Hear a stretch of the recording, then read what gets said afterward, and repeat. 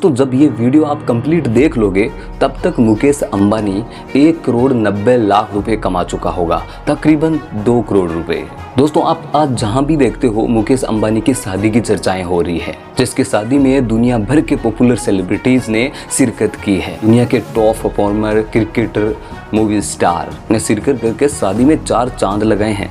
दोस्तों ये तो आप जानते ही हो कि ये तमाम जो स्टार है ये ऐसे ही नहीं आते, ये भारी भरकम मोटा पैसा लेकर आए हैं। दोस्तों यहाँ अगर हम जस्टिन बीबर की बात करें तो वो सिर्फ चंद मिनटों की परफॉर्मेंस करके 80 करोड़ रुपए लेकर गया है। अब दोस्तों यहाँ पर सबके जहन में ये बात आती है कि मुकेश अंबानी एशिया के सबसे अमीर आदमी है, लेकिन इन्होंने इतना सारा पैसा कैसे कमाया? 10,370 अरब रुपए। दोस्तों क्या है इनकी कमाई का असल जरिया जो इनको पूरे एशिया में सबसे अमीर आदमी बनाता है? और सबसे बढ़कर जब एक भाई सोने से भरा हुआ है वहीं दूसरे भाई का दिवालिया निकल रहा है। तो आइए दोस्तों शुरू करते हैं मुकेश अंबानी की कुछ रोचक हिस्टोरी के बारे में। और दोस्तों मैं आपकी बात कर रहा हूँ, ऐसा कोई दिन नहीं बीतेगा जिस दिन आपकी वजह से मुकेश अंबानी को कोई प्रॉफिट नहीं हुआ होगा। टेलीकॉम सेक्टर हो, पेट्रोलियम, क्रिकेट या रिटेल सेक्टर, मुकेश अंबानी की रिलायंस इंडस्ट्रीज हर जगह फैली हुई है और आपका दिन में मुकेश अंबानी के किसी न किसी बिजनेस में काम पड़ता ही रहता होगा। लेकिन इन सब की शुरुआत मुकेश अंबानी ने नहीं की थी,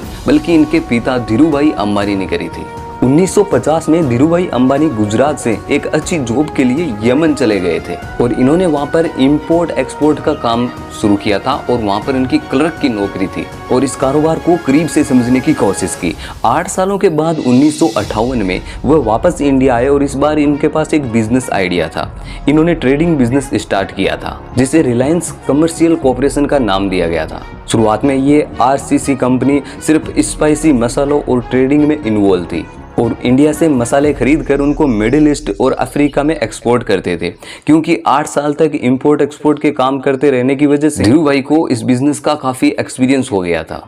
इसलिए देखते ही देखते कामयाबी की सीढ़ियां उनके लिए आसान बनती गई, लेकिन धीरूभाई कुछ और भी करना चाहते थे। इन्होंने सोचा कि इंपोर्ट एक्सपोर्ट का काम तो चल ही रहा है, क्यों ना कुछ मैन्युफैक्चरिंग का काम शुरू किया जाए। फिर 1966 में उन्होंने रिलायंस टेक्सटाइल के नाम से एक नई कंपनी लॉन्च कर दी। इस वक्त कॉटन पर इंडियन सरकार की काफ़ी सख्ती थी, जिस वजह से पूरी इंडियन टेक्सटाइल इंडस्ट्री में बहराम मचा हुआ था।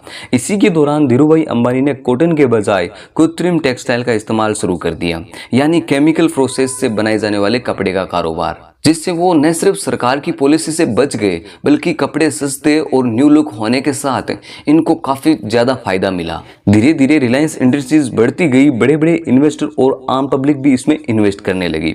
रिलायंस इंडस्ट्री इतनी कामयाबी हासिल कर चुकी थी कि 1986 में क्रिकेट वर्ल्ड कप का टाइटल स्पॉन्सर भी रिलायंस के नाम पर था। अब यहाँ पर एक चैलेंज ये भी था कि धीरूभाई अंबानी को टेक्सटाइल इंडस्ट्री चलाने के लिए पेट्रोकेमिकल्स दूसरी इंडस्ट्री से खरीदने पड़ते थे, इसलिए इन्होंने अपना पेट्रोकेमिकल बिजनेस स्टार्ट करने का इरादा कर लिया। इस तरह रिलायंस पेट्रोलियम इंडस्ट्री में भी अपने कदम जमा लिए। 1986 में जब धीरूभाई अंबानी बीमार हुए तो उनके दोनों बेटे अनिल अंबानी और मुकेश अंबानी इनकी बिजनेस में हेल्प करने लगे और जब धीरूभाई अंबानी जिंदा थे तो दोनों मिलकर इनके नीचे काम करते थे। और जब 2002 में धीरूभाई अंबानी की मौत हुई तो एक नया डिस्प्यूट सामने आया। अपनी मौत से पहले धीरूभाई अंबानी ने अपनी जायदाद की तखसीस यानी सबको डिवीजन के बारे में कुछ नहीं बताया था। तो यहाँ उनके जाने के बाद रिलायंस इंडस्ट्रीज का कंट्रोल कौन संभालेगा, इसी सिलसिले में रिलायंस के बोर्ड ऑफ गवर्नर्स की मीटिंग कॉल की गई और उसमें फैसला हुआ कि ज़्यादा कंट्रोल मुकेश अंबानी को दिया जाएगा। और यहीं से दोनों भाइयों के दरमियान दरार पड़ गई। दोनों भाई आपस में लड़ने लगे और एक दूसरे से बातचीत खत्म कर दी। लेकिन इनकी माँ से ये सब देखा नहीं गया और उन्होंने फैसला किया कि दोनों भाई बिजनेस को आधा आधा डिवाइड कर लें और अपना काम करें। इस तरह से 2005 में रिलायंस इंडस्ट्रीज 2 भाइयों में डिवाइड कर दिया गया। Reliance oil, gas, petro chemicals और मैन्युफैक्चरिंग मुकेश अंबानी के हिस्से में आए और रिलायंस एनर्जी, टेलीकॉम और रिलायंस कैपिटल अनिल अंबानी को मिले। इस तरह प्रॉब्लम तो सोल्व हो गई, लेकिन दोनों भाइयों के बीच में मामला कई बार उठा और कई बार कोर्ट तक जा पहुंचा। मुकेश अंबानी ने अपने हिस्से के बिजनेस को मेहनत करके आगे बढ़ाना शुरू कर दिया और उनके हिस्से में जो जामनगर पेट्रोलियम रिफाइनरी आई थी इन्होंने इस प्रोडक्शन को बढ़ाकर उसमें state of art manufacturing facilities install करके उसे दुनिया की सबसे बड़ी पेट्रोलियम रिफाइनरी बना दिया गया था। सिर्फ यही नहीं बल्कि इस इंडस्ट्री में एक और नई रिफाइनरी को भी शामिल करके रिलायंस पेट्रोलियम का प्रॉफिट बहुत बढ़ा दिया गया। उसके बाद मुकेश अंबानी ने रिटेल इंडस्ट्री में भी कदम रखा जिसके चलते पूरे इंडिया में स्मार्ट बाजार के नाम से डिस्काउंट स्टोर और सुपर मॉडल खोले गए, जहां कंज्यूमर को तमाम आइटम्स डिस्काउंट रेट पर एक ही जगह मिल जाया करते थे। अब 2008 में जब क्रिकेट की सबसे बड़ी लीग इंडियन प्रीमियम लीग का आगाज हुआ तो मुकेश अंबानी इसमें कूद पड़े। आईपीएल की सबसे महंगी टीम इंडियंस मुंबई को खरीद लिया और ये टीम अगले कई सालों तक आईपीएल की मोस्ट वैल्यूएबल टीम रही। यहाँ तक कि जब कोविड के दिनों में खाली स्टेडियम में मैच करवाए गए तब भी मुंबई इंडियंस प्रॉफिट में रही थी। इसके बाद मुकेश अंबानी ने 2016 में टेलीकॉम इंडस्ट्री में कदम रखा और उनका ये कदम इतना भारी भरकम था कि भूचाल आ गया।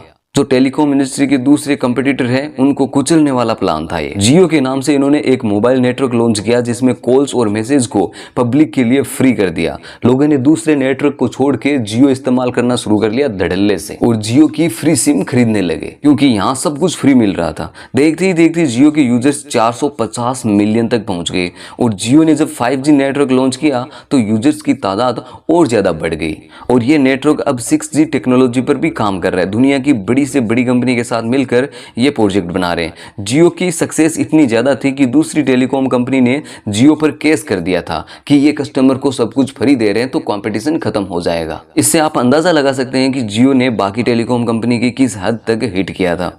जियो ने बाद में फ्री सर्विसेज खत्म करके बहुत ही कम चार्जेस पर अपने प्लान लॉन्च किए थे, कोड और डेटा प्रोवाइड करना शुरू कर दिया था जिससे दूसरी कंपनी को भी अपने रेट कम करने पड़े और आज इसी वजह से इंडिया में इंटरनेट पूरी दुनिया में सबसे सस्ते रेट पर मिलता है।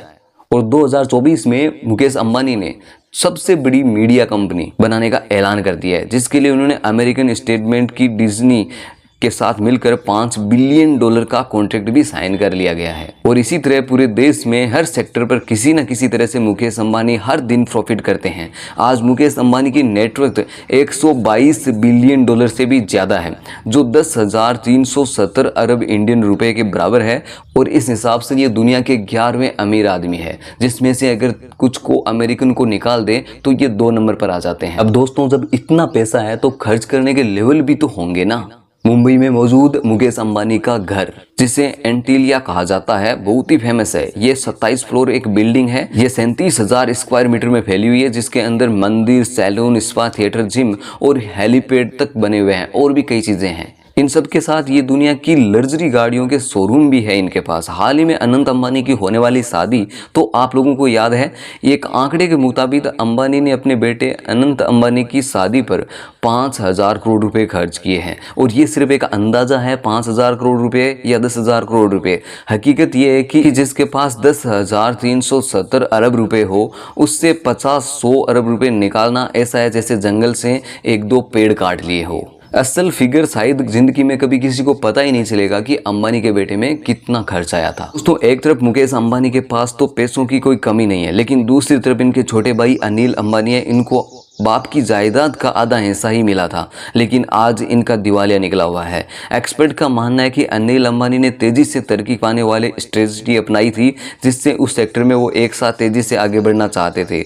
इस प्लान की वजह से उनके खर्चे बढ़ गए लेकिन जितना खर्चा हुआ उतना प्रॉफिट नहीं कर पाए।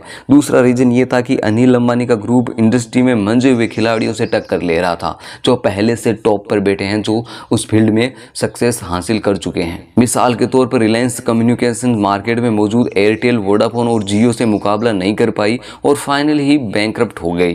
दूसरा है कि अनिल अंबानी की इन्वेस्टमेंट करने की जो पसंद है उनकी टाइमिंग हमेशा गलत साबित हुई और इन सबसे बढ़कर अनिल अंबानी के ग्रुप ने खुद को डाइवर्ट नहीं किया, यानी इस ग्रुप की ज़्यादा आमदनी हाई रिस्क वाले सेक्टर से जुड़ी थी जैसा कि इंफ्रास्ट्रक्चर, कम्युनिकेशंस। जब बिजनेस में फैला होता है तो मुसीबत आने पर उनके पास किसी न किसी सेक्टर का सारा होना चाहिए। इन सब मालूमात के साथ अनिल अंबानी कुछ लीगल मसलों में फंसे रहे। रिलायंस कम्युनिकेशंस ने एक सीरियन कंपनी के कुछ पैसे वापस करने थे। ये मामला मुंबई कोर्ट तक आ पहुंचा। कोर्ट ने अनिल अंबानी को 1 महीने के अंदर एरिक्सन के सारे डिक्यूज क्लियर करने का ऑर्डर दिया और अगर ऐसा न कर गए तो 1 महीने के बाद अनिल अंबानी को अरेस्ट हो जाना था। लेकिन एन मौके पर बड़े भाई मुकेश अंबानी ने एंट्री की और पैसे अदा करके अनिल की बेल कराई। आज अनिल अंबानी की नेटवर्क टोटल 0 है। और ये स्टेटमेंट उन्होंने खुद यूके कोर्ट में जमा करवाए जब एक केस के दौरान कोर्ट ने उनको चाइना की 3 बैंकों को 719 मिलियन डॉलर्स वापस करने का ऑर्डर दिया था। दोस्तों इस वीडियो में बस इतना ही। इसी तरह की और वीडियो देखने के लिए इस चैनल को सब्सक्राइब करें। मिलते हैं किसी नए वीडियो में। वीडियो को लाइक जरूर से करें। Thank you for watching.